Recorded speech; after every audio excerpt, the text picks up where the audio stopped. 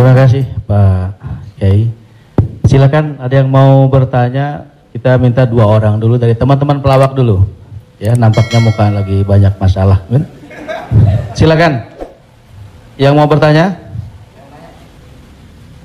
Adek Jigo. Bismillahirrahmanirrahim. Assalamualaikum warahmatullahi wabarakatuh. Terima kasih Ustadz. Kebetulan saya pribadi juga sebagai komedian Ustadz. Dan mewakili teman-teman semua, kakak-kakak, abang-abang semua. Kita di panggung itu selalu menghibur. Namun ketika momen ada sesuatu yang harus kita keluarkan, kadang menjatuhkan orang. Mulai dari fisik, mencela dan lain-lain. Yang saya mau tanyakan, apakah dengan niat kita menghibur menjadi catatan, apakah menjadi catatan dosa untuk kita? Terima kasih Ustaz. Ada seorang ulama dipanggil Imam Abu Hatim, tapi kemudian di ujung namanya itu ditambahkan kata al-asam. Asam diambil dari kata summum, bukmun, umyun. Umyun buta, bukmun bisu, summun tuli, peka. Jadi Abu Hatim al-asam artinya Abu Hatim peka, tuli. Secara bahasa itu menjatuhkan orang. Siapa itu? Itu Abu Hatim peka, Abu Hatim tuli. Karena ada beberapa orang ada Abu Hatim, yang ini Abu Hatim peka, tuli. Tapi kenapa nama itu tetap tersemat di belakang namanya dan tidak ada ulama yang melarang menggunakan peka itu di belakang namanya? Karena dia tidak merasa dijatuhkan dengan itu. Lalu kemudian itu pula tidak menjatuhkan dia di depan orang banyak. Apa sebab kronologis dia dipanggil Al-Asam? Dia seorang ulama. Suatu ketika dia sedang duduk, datang seorang anak gadis bertanya fatwa kepada dia. Saat anak gadis itu bertanya fatwa tentang hukum halal haram suatu masalah, mungkin karena wallahu alam bisawab atau saking groginya atau kentut anak gadis itu di depan dia. Dia ingin menjaga marwah, harkat, martabat anak gadis ini supaya jangan sampai merasa malu, maka dia diam, pura-pura nggak dengar. Akhirnya anak gadis itu nggak jadi malu, pulang dan dia cerita ke orang lain. Aku tadi mengalami begini, aku kentut di depan Imam Abu Hatim. Terus apa komen dia? Ternyata Abu Hatim itu peka. Dipanggil orang Abu Hatim Al-Asam, peka. Sampai akhirnya setelah anak gadis itu meninggal, Imam Abu Hatim Al-Asam panjang umurnya, meninggal anak gadis itu, barulah Abu Hatim mengatakan, aku sebetulnya nggak peka, hanya ingin menjaga kehormatan dirinya. Jadi kisah Abu Hatim Al-Asam dapat kita pahami 2 makna. Satu sisi ada saatnya kita menjaga kehormatan orang sampai mati dia. Tapi ada satu sisi kalimat yang nampaknya menjatuhkan sebenarnya tidak menjatuhkan selama kita masih saling paham, saling memahami, saling mengerti. Ada kata-kata yang mungkin kita gunakan tapi menjatuhkan dia. Padahal sepertinya pujian. Tapi ada kata-kata yang sepertinya. Jadi kalau sudah saling memahami, orang pun mengerti, maka dia tidak menjadi suatu celaan. Ya ayyuhalladzina amanu, hai orang beriman, ijtanibu katsiran minadh-dhann, jauhilah prasangka buruk, inna ba'dadh-dhanni itsmun, wala tajassasu. Jangan mencari-cari kesalahan orang. Wala yaghtab ba'dukum ba'dha. Jangan ribah membicarakan aib orang lain. La talmizu bil alqab. Janganlah kamu menggunakan gelaran-gelaran yang jelek. Bukankah tuli itu gelaran yang jelek? Iya. Tapi saat itu digunakannya bukan untuk menjatuhkan dan mereka saling memahami tentang hal itu. Wallahu a'lam bishawab. Baik Ustaz, satu pertanyaan seputar dunia entertain. Ketika orang memerankan misalnya mohon maaf lahir batin, main film seks. Selama film itu diputar terus, sementara orangnya udah hijrah. Dan saat ini film itu diputar. Itu jariahnya seperti apa tuh Ustaz? Nah, ini mohon maaf lahir batin Ustaz. Hah? Nonton sama bini gue berdua.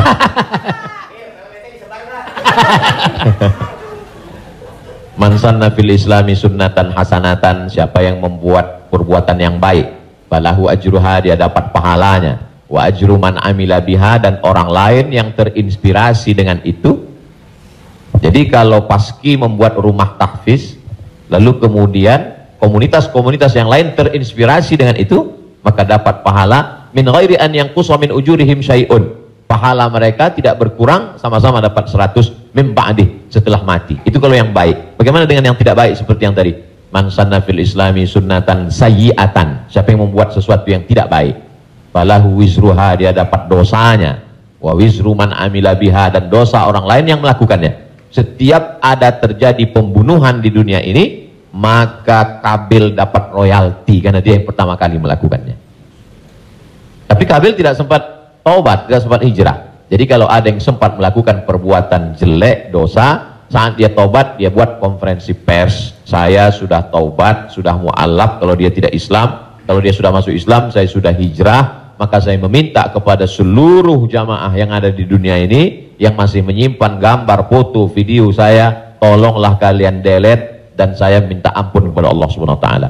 Lebih daripada itu sudah di luar kuasa dia. La yukallifullahu nafsan illa wus'aha. Allah tidak membebani orang lebih daripada usahanya.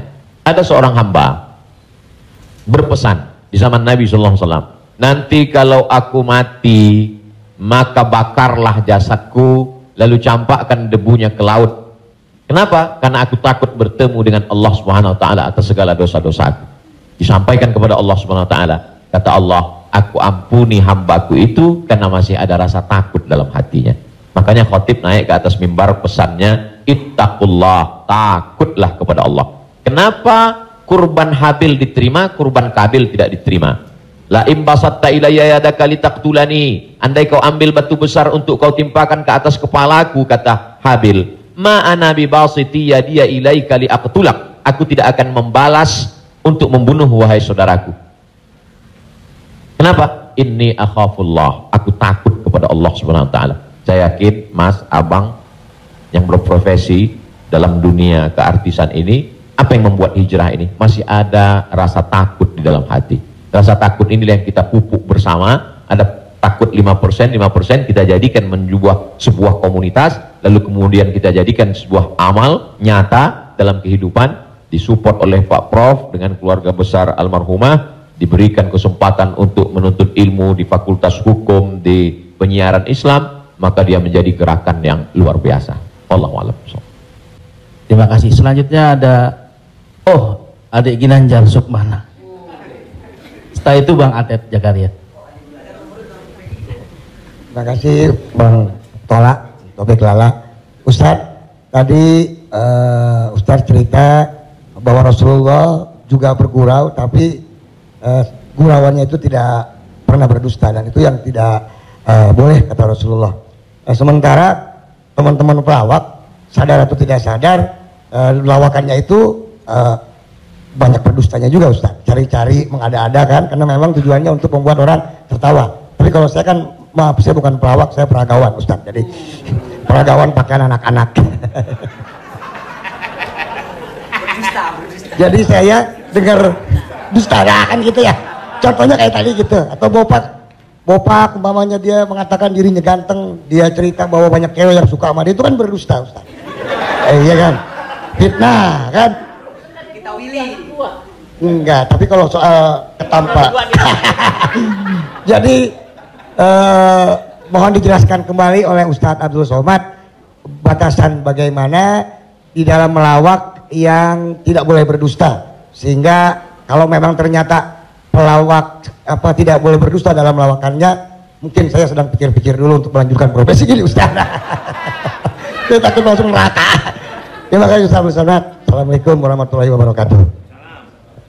Ada saatnya kita berilustrasi, menceritakan suatu kisah. Jadi sebetulnya para penulis novel Islam pun dia sebenarnya kisah itu ada juga yang fiktif atau dicampur antara nyata. Bahkan Buya Hamka menulis kisah campuran antara tenggelamnya kapal Panderwick adalah campuran antara nyata dan fiksi. Apakah ketika orang bercerita tentang fiksi itu dia berdusta? Tidak. Jadi kita bisa bedakan itu antara orang memang betul-betul dia berdusta. Kemarin saya melakukan ini suatu, padahal cerita itu tidak ada. Beda dengan dia misalnya katakan, saya ini Ustadz seorang peragawan, tapi peragawan pakaian anak-anak. Tidak, Mas Ginanjar tidak sedang bercerita, kemarin di mall saya memperagakan pakaian anak-anak Pak Ustadz. Ketika saya pakai pakaian anak SMP, semua ketawa. Itu dusta. Tapi ketika dia katakan cerita awal tadi, semua orang tahu bahwa dia tidak sedang memperagakan pakaian anak-anak. Dia hanya sedang menunjukkan tentang dirinya. Secara secara sebenarnya di balik kalimat itu Mas Ginanjar sedang menjatuhkan dirinya di hadapan orang lain. Kan? Dan kita tertawa dengan dia menjatuhkan dirinya. Mohon maaf, bahwa beliau mengatakan fisik saya seperti anak-anak dan saya andai pun menjadi peragawan hanya sesuai memperagakan pakaian anak-anak. Hari ini orang tidak menjatuhkan dirinya, dia menjatuhkan orang lain, menjatuhkan tokoh agama, menjatuhkan ustadz. Ada suatu kesalahan dalam cara dia berpikir. Bahwa beliau menjatuhkan dirinya, dia tidak usah. Karena dia sedang, tapi dia tidak sedang berbohong, dia hanya sedang bercerita. Insya Allah penjelasan saya itu bisa dipahami. Yang tidak bisa itu adalah ketika orang seolah-olah dia bercerita, dia kemarin saya menjadi sebuah cerita seakan-akan orang mengatakan dia nyata, padahal sebetulnya hanya bohong belaka supaya orang tertawa. Itu yang dilarang oleh Nabi Muhammad Shallallahu Alaihi Wasallam. Wallahu a'lam. Baik, Assalamualaikum warahmatullahi wabarakatuh. Nama saya Ted Zakaria Ustaz. Saya pernah ketemu Ustaz di airport waktu itu mau berangkat umroh. Yang saya ingin mohon penjelasan dari Ustaz. Sekarang ini banyak pelawak-pelawak yang ikut ceramah juga. Pelawak sekarang ini dibutuhkan di mana-mana buat ikut ceramah. Padahal kalau kita lihat pelawak itu kemampuannya sangat minim, bahkan sudah menjual dengan harga yang mahal. Mohon penjelasannya Pak Ustadz, di mana bolehkah seorang pelawak itu melucu atau melawak di dalam satu ceramah? Nah, kita lihat yang namanya pelawak ini sekarang menjadi daya tarik sebelum ustadznya yang asli itu datang. Saya sendiri umpamanya berapa kali ngikut raja dangdut kemana, saya jadi bemper biasa di depan, tapi saya mengingat bahwa ilmu saya belum sampai ke situ, tapi saya memaksakan diri untuk menarik. Saya sadar bahwa ilmu saya belum seberapa untuk ke masyarakat yang penuh itu. Mohon penjelasannya Ustaz. Terima kasih. Assalamualaikum warahmatullahi wabarakatuh. Waalaikumsalam warahmatullahi wabarakatuh. Bedakan antara da'i dengan alim fatwa. Da'i dia mengajak orang ke jalan Allah. Sedangkan alim yang mengeluarkan fatwa, dia adalah orang yang berijtihad. Apakah dia berijtihad sendiri mengambil dari Quran, sunnah, ijma', qiyas, syar'u man qablana, saddu zara'i, qaulus sahabi, istihsan, istishab urf, atau dia membaca fatwa ulama lalu dia sampaikan dengan kemampuan dia baca kitab kuning. Jadi jangan kita pukul rata. Jadi jangan nanti ketika ada di antara sahabat-sahabat dari Paski mengajak orang sholat, ngajak puasa sunat, lalu kemudian di antara kita, ngapain ente ngajak-ngajak saya sholat? Ente kan bukan ustadz. Padahal mengajak orang berbuat baik adalah kewajiban kita semua. Nahnu du'an qabla kulli syai'. Sebelum jadi apapun, tugas utama kita adalah mengajak orang berbuat baik. Kuntum khaira ummah, kalian umat yang terbaik. Kapan kita menjadi umat yang terbaik? 3. Ta'muruna bil ma'ruf, ajak orang buat baik. Wa tanhauna 'anil munkar, larang orang buat munkar. Wa tu'minuna billah, beriman kepada Allah. Jadi kalau hanya sekedar ngajak orang sedekah, ngajak donasi berbuat buat rumah tahfiz, ngajak ngumpulin beras untuk santunan yatim fakir miskin, maka pelawak boleh, penyanyi boleh, polisi boleh, siapapun, karena itu tugas sebagai seorang muslim, amar ma'ruf nahi mungkar. Yang tidak benar itu adalah ketika dia sudah dianggap sebagai ustadz dan ditanyakan suatu masalah dan dia terdesak, akhirnya dia bicara padahal dia tidak mengerti. La taqfu ma laysa laka bihi ilmun. Jangan kamu bicara pada sesuatu yang kamu tidak tahu. Inna sam'a, telinga, wal basar, mata, wal fuad, hati dan pikiran, kullu ulaika kana anhu mas'ula, kau akan disoal, kau akan ditanya, diminta pertanggungjawaban di hadapan Allah Subhanahu wa taala. Jadi kalau abang, mas diajak dalam acara dakwah sebagai pengantar supaya masyarakat mau mendengar, supaya ramai, hadirilah tablik akbar Ustadz Fulan bersama grup Paski untuk sebagai pengantar 5-10 menit, silakan. Tapi setelah itu nanti Ustadz bicara, pas tanya jawabnya serahkan ke Ustadz. Nah, jadi selama tetap kita menjaga. Jadi kalau diibaratkan rumah makan di airport, ini penyanyi, artis, Ustadz itu sama seperti yang memanggil penumpang supaya mau masuk ke rumah makan.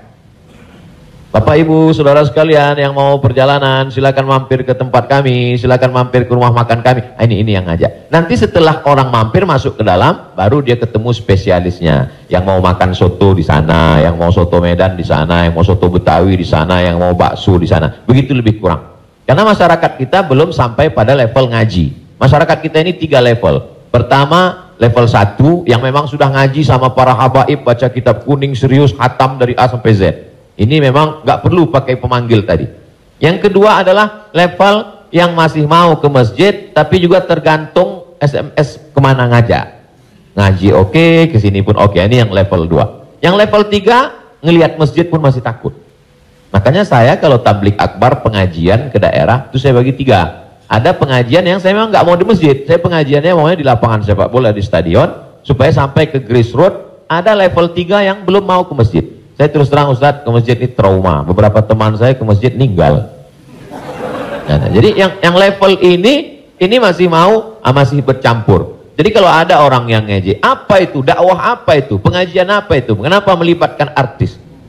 Ini salah satu cara. Jadi Wali Songo dulu, tidak bisa Wali Songo datang ujuk-ujuk langsung baca kitab kuning, nggak bisa. Makanya mereka buat solawatan. Dia tahu tradisi orang Jawa pukul gending, pakai wayang, maka dia buat cara wayang, dia pakai wayang. Jadi sekarang kalau mampu buat film pendek atau melibatkan artis, video tanya jawab saya dengan pertanyaan yang sama, dengan jawaban yang sama, tapi dengan pengantar artis berbeda viewernya.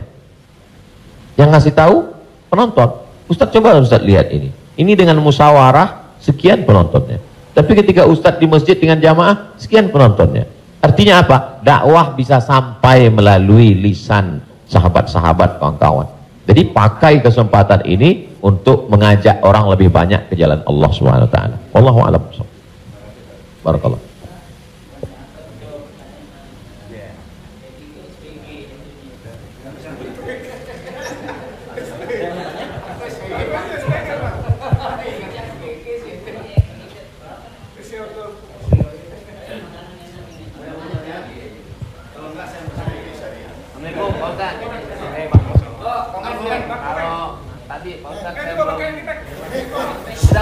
Udah Pak.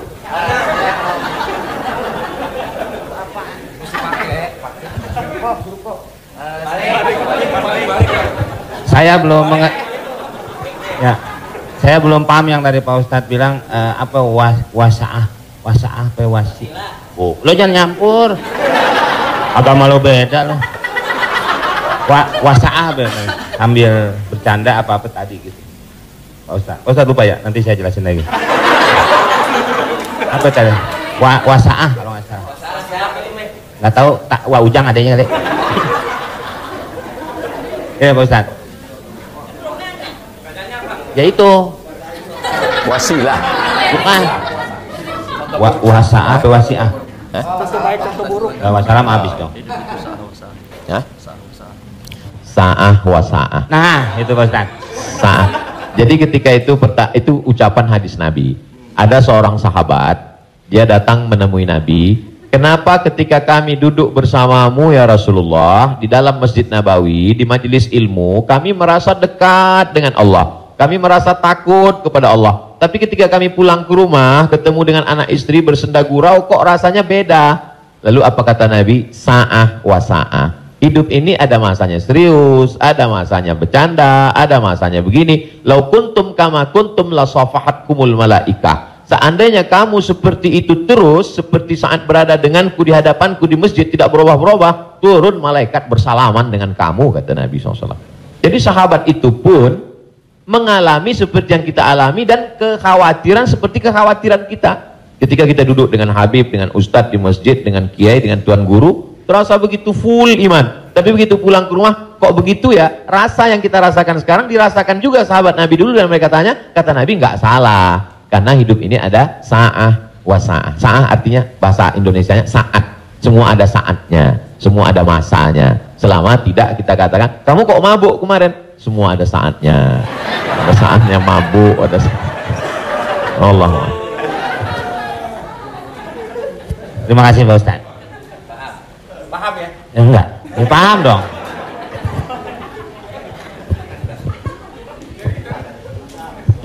Mungkin dari sini ada.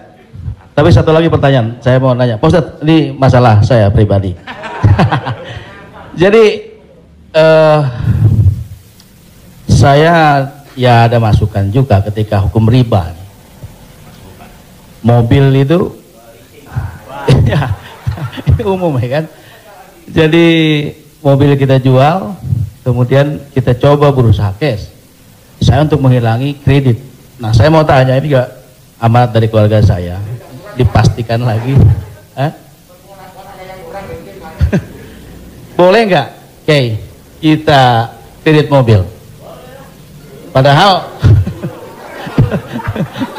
padahal ini menjadi hal penting bagi saya untuk mobilisasi kemana gitu. Saya punya anak kan tadi baru kelar UIN, jadi ini saya lagi diceramai gitu. Papa sudah lah Pak, jual Pak, kita nggak usah dibeli, lillahi ta'ala aja. Ya saya bilang ini lillahi ta'ala, agak susah nak, dia bilang gitu. Tapi ini real, saya jual, saya mencoba untuk beli cash, nungguin cash lama. Jadi jangan suka buka aib orang, Mbak. Ya, udah tadi ini dulu belum kelar. Jadi boleh nggak saya riba? Oke. Sorry, boleh nggak kredit mobil itu?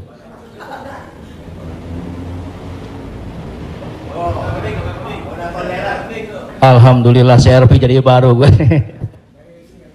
Buka Google, ada tulisan saya di situ. Nanti Bapak, Ibu, Abang, Mas share ke teman-teman. Buka Google, tulis di situ Somad Morocco, SOMADMOROCCO, Somad Morocco, SOMADMOROCCO, Somad Morocco, spasi kredit, sudah, enter.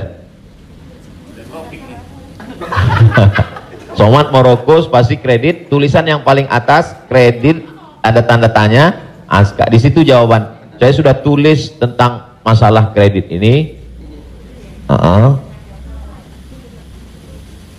Di situ.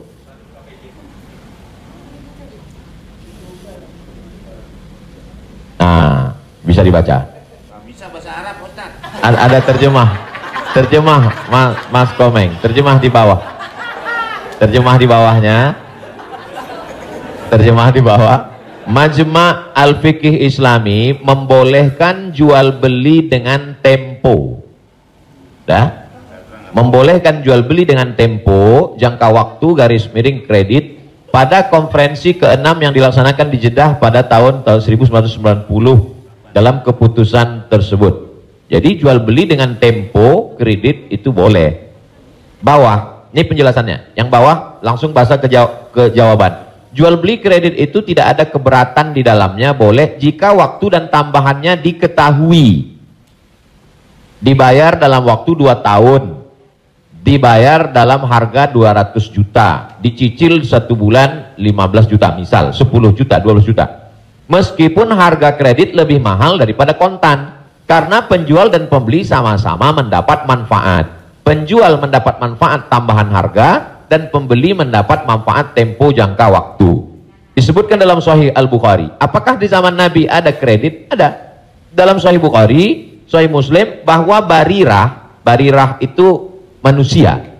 Waktu itu masih boleh jual manusia, hamba sahaya. Bahwa barirah dijual oleh tuannya dengan cara kredit selama 9 tahun. 1 tahunnya dibayar 40 dirham. Ini menunjukkan bolehnya jual beli kredit. Kesimpulannya, uang dengan barang boleh, tapi uang dengan uang riba. Prof, saya pinjam uang 200 juta, nanti saya bayar 220, haram, riba. Tapi ketika saya beli mobil, Prof, saya cicil tiap bulan, maka lunas dalam waktu 1 tahun, itu tidak riba, karena akadnya uang dengan barang. Yang jadi masalah ketika kita pergi ke dealer untuk beli mobil, kita katakan kita tidak punya uang cash, dia tidak mau langsung transaksi dengan dia. Tapi dia akan libatkan pihak ketiga, penyedia keuangan. Pada akhirnya transaksi kita adalah uang dengan uang. Uang dengan uang, bukan uang dengan barang. Lalu apa solusinya? Pergi ke bank syariah. Kenapa di bank syariah uang dengan barang? Assalamualaikum, waalaikumsalam. Bank syariah, saya mau beli mobil. Terus mau pinjam uang. Kata bank syariah, kami tidak melayani peminjaman uang dengan uang, karena uang dengan uang berbunga haram. Bapak sebetulnya mau beli apa? Mau beli mobil. Kata orang bank syariah, mobilnya kami beli. Bank syariah membeli mobil. Setelah itu bank syariah menjual mobil itu ke kita, maka akadnya kredit sama seperti barirah dibeli pada zaman Nabi, kredit 9 tahun. Jadi akadnya adalah uang dengan barang. Begitu. Allahu a'lam. Ya alhamdulillah. Beli lagi, saya beli. Kembali lagi pakai syariah. Selanjutnya siapa yang mau bertanya? Silakan umum sekarang. Bang Dery mau nanya? Oh, yang ibu-ibu aja, ibu-ibu.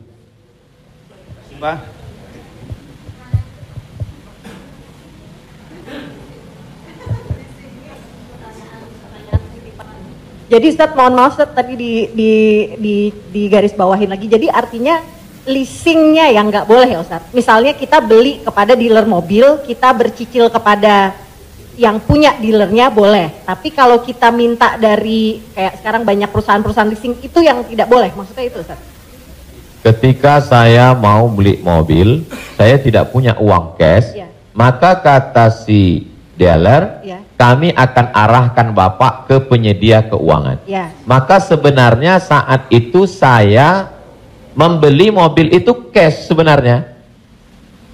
Karena dealer tidak mau dia barang ini tidak cash. Jadi kemudian yang saya cicil setiap bulan itu adalah bukan mobilnya tapi uangnya. Maka saya terjebak pada rentenir, riba, bahasa kerennya leasing segala macam. Inilah yang menyebabkan haramnya karena transaksinya adalah uang dengan uang. Lalu solusinya mana Ustadz? Bank syariah. Ya. Karena di bank syariah itu disitulah letak. Jadi orang yang tidak mengerti dia katakan sama aja bank syariah dengan konvensional, bedanya pegawainya pakai jilbab, masuknya assalamualaikum. Enggak. Perbedaan dalam jual beli dalam Islam itu adalah pada akadnya. Maka bank syariah membeli mobil itu milik bank syariah, maka saya membeli mobil itu secara cicil, akadnya adalah uang dengan barang. Wallahu a'lam. Satu lagi Ustadz, kalau beli emas secara online itu gimana Ustadz? Sebagian ulama mengatakan membeli emas secara online tidak langsung dan dicicil riba. Mengapa mereka mengatakan riba? Karena transaksi itu uang dengan uang. Oh, ini enggak uang dengan uang Ustadz. Ini Ustadz uang rupiah. Lalu kemudian yang jual ini kan emas. Di zaman Nabi enggak ada uang kertas. Di zaman Nabi hanya ada dua uang. Yang pertama dinar, uang emas. Yang kedua dirham, uang perak. Maka ketika saya beli emas tidak cash, maka sesungguhnya akadnya adalah uang dengan uang rupiah dengan uang emas. Itulah orang yang mengatakan nggak boleh beli emas kalau nggak cash karena transaksinya uang dengan uang. Tapi pendapat kedua mengatakan boleh beli emas kredit tidak cash. Kenapa? Karena zaman sekarang emas sebagai komoditi, emas sebagai barang, emas bukan sebagai uang. Dan fatwa majelis ulama, fatwa ormas Islam kontemporer mengatakan boleh beli emas tidak cash karena emas zaman sekarang bukan uang.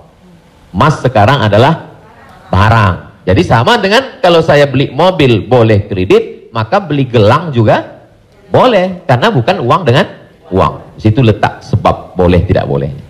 Wallahu a'lam.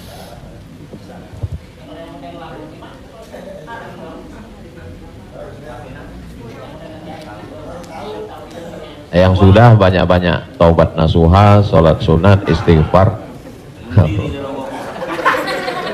Kalau sedang dalam proses bisa dibom, ada aset yang bisa dijual untuk ngebom supaya selesai, jual lah. Tapi kalau ini aset pokok tidak boleh jual rumah karena rumah pokok, sama seperti makan. Ini kalau saya jual aset ini, saya bom meledak semua Ustaz. Ini Hiroshima, Nagasaki hancur semua. Maka nggak boleh. Azam, tekad dalam hati, saya mencari nafkah, saya lunasi sampai habis, nanti setelah ini saya tobat, berhenti. Tapi kalau bisa jual satu petak ini, lalu ditutup ini, lakukanlah untuk melepaskan diri dari riba. Karena riba itu 5 ancamannya. Yang pertama, alladzina ya'kuluna riba la yaqumuna illa kama yaqumul ladzi yatakhabbathu syaitanu minal mas. Orang yang makan riba nanti bangun bangkit dari kubur ketika di padang mahsyar seperti orang kerasukan setan. Yang kedua, ayyuma lahmin nabata min haramin fannaru aulabih. Setiap daging di badan tumbuh dari yang haram, maka tempatnya api neraka jahanam. Yang ketiga, orang kalau dia makan haram, maka doanya tidak dikabulkan Allah. Mat'amuhu haram, makanannya haram. Mashrabuhu haram, minumannya haram. Malbasuhu haram, pakaiannya haram. Wa ghuziya bil haram, dia diberi makanan haram. Anna yustajabulah, apakah mungkin doanya dikabulkan Allah? Yang ketiga, yang keempat, nasiyatin kazibatin khati'ah. Ubun-ubun, penipu, pembohong, pelaku dosa. Padahal yang berdosa itu tangan, yang berdosa itu mulut. Kenapa dikatakan ubun-ubun? Karena ternyata ada otak bagian depan yang selalu kita usap ketika sedang wudu. Disitulah pemikir. Otak ini berpikir ketika dia dapat semprotan darah. Darah itu menyembur dari jantung. Darah itu dari makanan. Sepiring makanan riba berubah menjadi setetes darah, disemburkan oleh jantung naik ke otak, isi otak haram, maka bawaannya mau haram saja. Gara-gara riba. Heran saya ini Pak Ustadz, kenapa pikiran saya ini mau haram saja? Sebabnya gara-gara makan riba. Yang terakhir, yang kelima adalah tidak ada keberkahan. Hidup ini yang kita cari berkahnya. Makanya ketika anak lahir yang didoakan berkah. Barakallahu laka fil mauhub. Ketika orang menikah yang didoakan berkah. Barakallahu lakuma wa baraka alaikuma. Ketika ketemu yang didoakan berkah. Assalamualaikum warahmatullahi wabarakatuh. Ketika makan yang diminta berkah. Allahumma barik lana. Wallahu a'lam.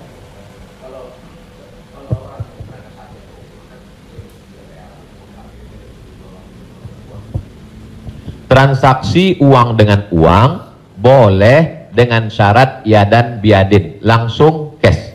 Maka ketika sampai di Makkah, saya keluarkan uang rupiah, saya katakan saya mau beli rial, langsung cash, boleh. Begitu juga membeli dolar. Saya sampai ke Maroko, saya beli dirham. Maka pemerintah Saudi Arabia tidak akan bisa mengizinkan buka money changer, uang, pertukaran uang ini kalau tidak ada fatwa dari ulama. Mereka amat sangat ketat. Jadi boleh tukar ini selama dia langsung dan cash di tempat itu, langsung jadi. Wallahu a'lam. Ustaz, Assalamualaikum. Ustaz, saya mau nanya Ustaz, berkaitan dengan kredit tadi, ada juga selain kredit namanya gadai Ustaz. Gadai, tahu gadai Ustaz ya? Kalau nggak tahu saya jelasin.